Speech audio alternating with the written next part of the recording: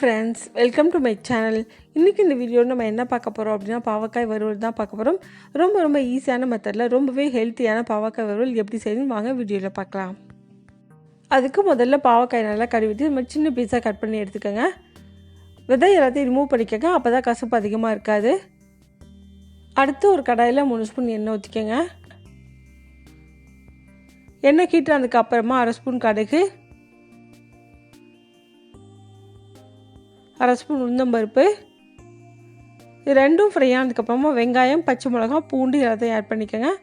10 பல் பூண்டு, 1 பெரிய வெங்காயம், 2 பச்சை மிளகாய் ஆட் பண்ணுறேன்.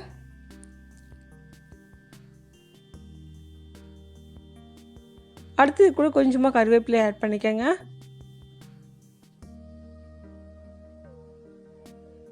இப்போ இது நல்லா ஃப்ரை பண்ணிக்கலாம். வெங்காயம் லைட்டாக கலர் சேஞ்ச் ஆகிற வரைக்கும் ஃப்ரை பண்ணால் போதும். இப்போ வெங்காயம் நல்லா ஃப்ரை ஆயிடுச்சு. இப்போ கட் பண்ணி வச்சுருக்க பாவக்காய் கூட ஆட் பண்ணிக்கோங்க. பாவக்காயோட பச்சை வாசனை எல்லாம் போகிறதுக்கு நல்லா ஃப்ரை பண்ணிக்கோங்க. அடுப்பு மீடியம் ஃப்ளேமில் வச்சு 3லேருந்து 5 நிமிஷம் போல் நல்லா ஃப்ரை பண்ணிக்கணும். அப்படி நீங்கள் ஃப்ரை பண்ணும்போது பாவக்காய் நல்லாவே ஃப்ரை ஆகிரும், பச்சை வாசனை எல்லாமே போயிடும், கசப்பு ரொம்பவே கம்மியாக தான் இருக்கும். இப்போ பாவக்காய் நல்லாவே ஃப்ரை ஆயிடுச்சு. இப்போ இது கூட தக்காளி ஆட் பண்ணிக்கலாம். 1 தக்காளியை பொடியாக நறுக்கி ஆட் பண்ணிக்கோங்க. தக்காளி லைட்டாக குக் ஆகிற வரைக்கும் நல்லா மிக்ஸ் பண்ணிக்கோங்க.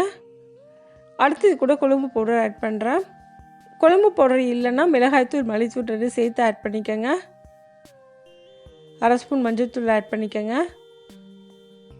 தேவையான அளவுக்கு உப்பு சேர்த்துக்கோங்க. இப்போ இதை நல்லா மிக்ஸ் பண்ணிக்கலாம்.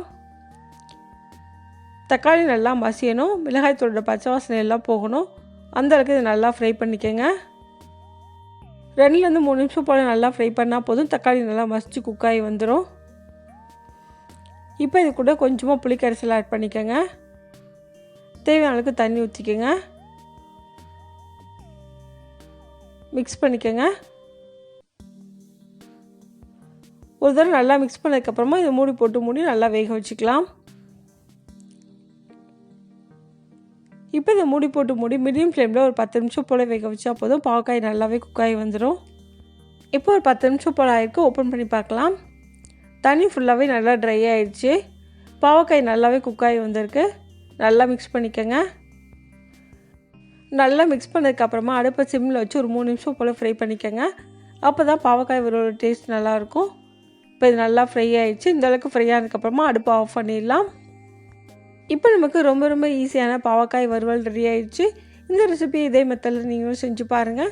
இந்த வீடியோ உங்களுக்கு பிடிச்சிருந்தா லைக் பண்ணுங்கள், ஷேர் பண்ணுங்கள், கமெண்ட் பண்ணுங்கள். மறக்காமல் சேனலை சப்ஸ்கிரைப் பண்ணுங்கள். தேங்க்ஸ் ஃபார் வாட்சிங்.